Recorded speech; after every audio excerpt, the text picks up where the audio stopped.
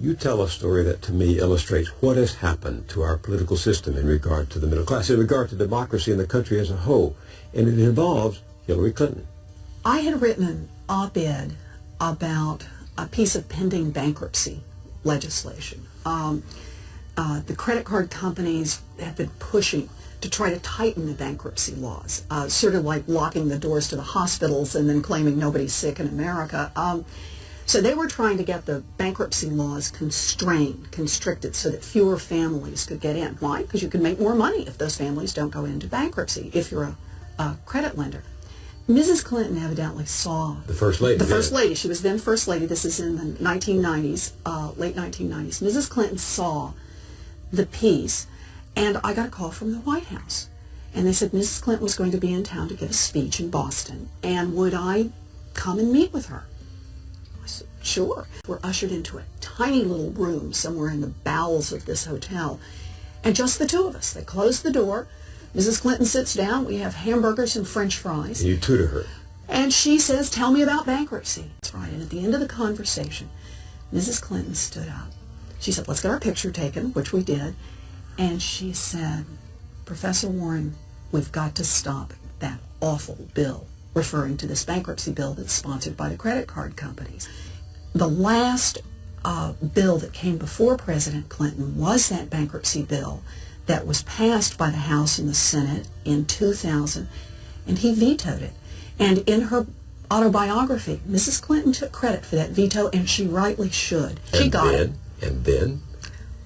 One of the first bills that came up after she was Senator Clinton was the bankruptcy bill.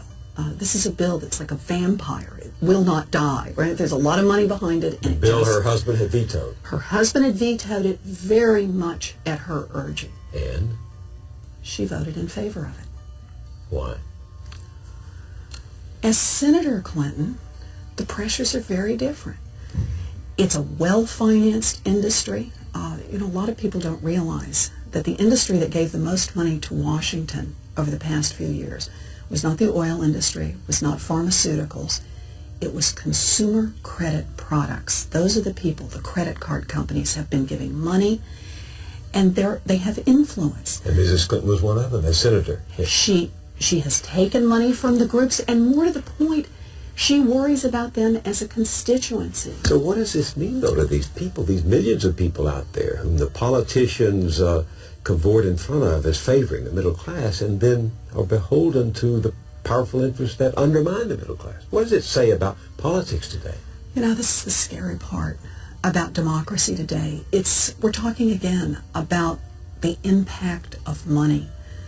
The credit industry on this bankruptcy bill has spent tens of millions of dollars lobbying, and as their profits grow, they just throw more into lobbying for how they can get laws that will make it easier and easier and easier to drain money out of the pockets of middle-class families.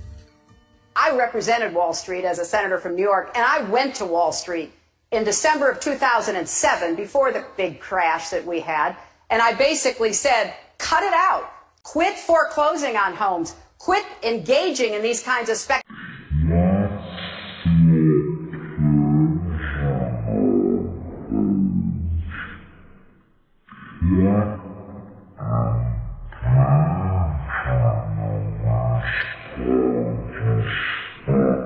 Senator Secretary Clinton just said that her policy is tougher than yours. Well, that's not true. In my view, Secretary Clinton, Congress does not regulate Wall Street. Wall Street regulates Congress.